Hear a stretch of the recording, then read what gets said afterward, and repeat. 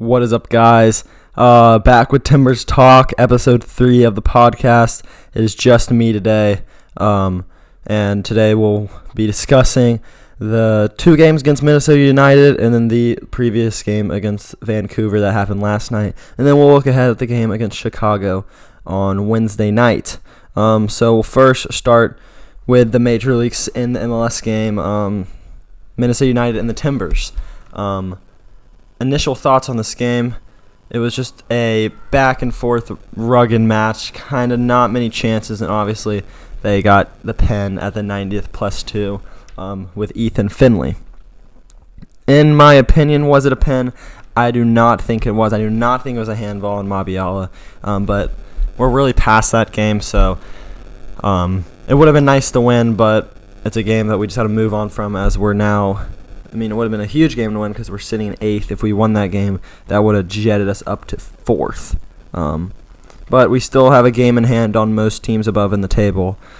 So we're only 5 points back from second place. So we've got a very good chance to move up in the standings.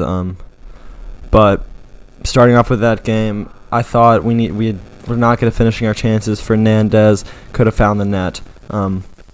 But I'm going to move past that first game against Minnesota United pretty quickly because I don't think it was the biggest game that to talk about. The biggest game to talk about is the semifinal of the U.S. Open Cup.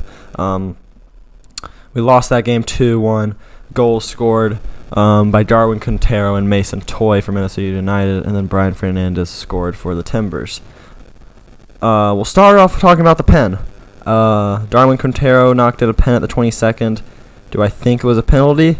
Sure, we can say it was a penalty this time. Another handball instance, but they got it going, and they scored. And then Brian Fernandez scored his goal at the 45th +2 in stoppage time of the first half.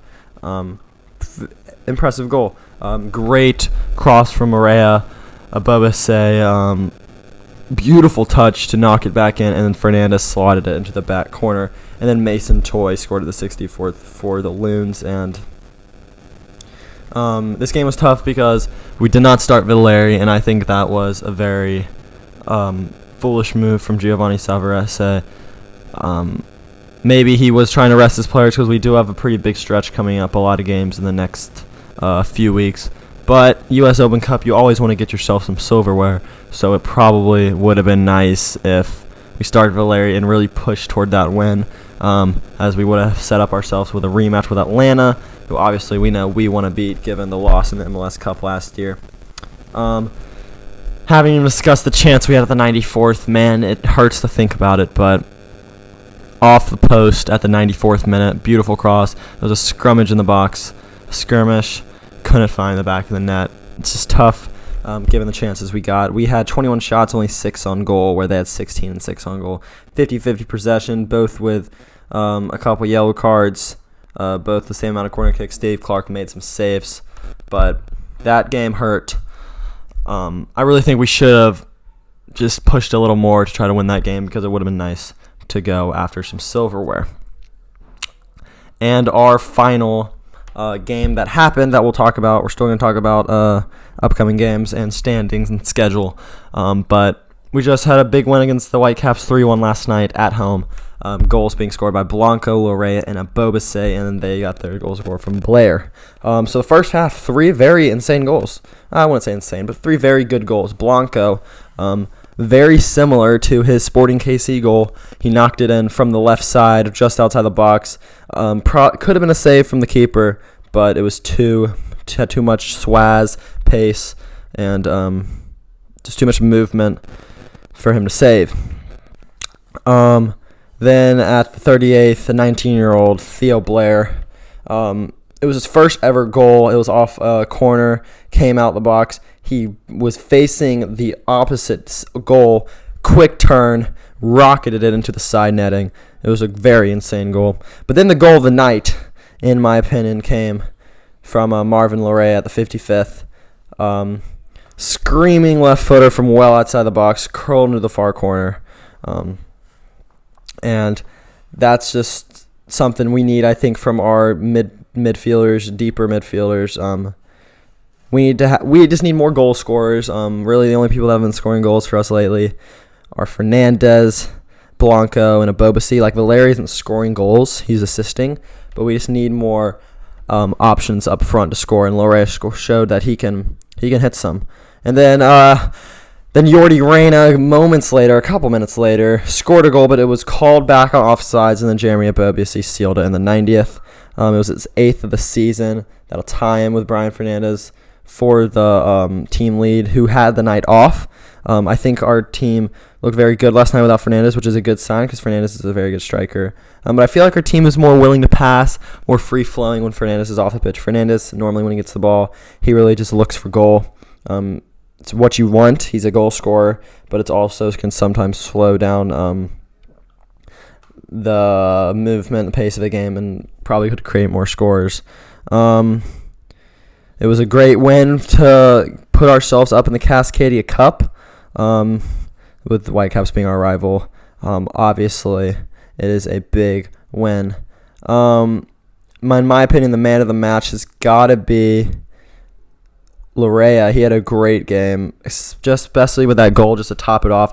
But he dribbled around. He was dribbling through defenders, putting him great crosses. And also Chara, obviously, had a very good game as well. And now we will look ahead just to our upcoming games. We've got now 9 more straight home games. Let me just rattle them out real quick if I can pull them up. I know we got the Fire on Wednesday, but give me a second as I pull up the home games that are coming up.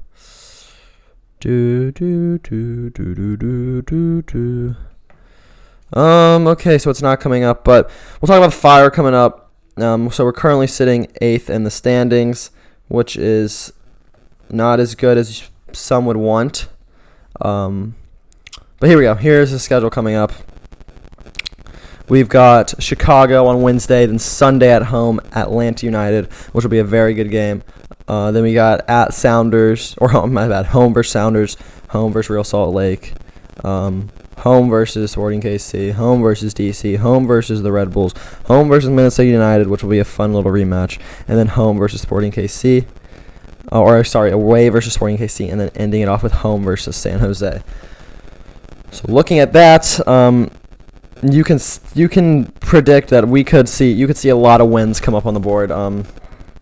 Chicago's not one of the best of the opponents. They're 10th in the East in a weaker Eastern Conference. They're 10th. And then you got Atlanta, which will be a very tough game. Seattle, always a tough game. Real Salt Lake, they're 6th in the table. They are above us. Then you got Sporting KC, who's below us. You got DC, who is kind of on the downward trend right now, in my opinion. The Red Bulls, who are always steady.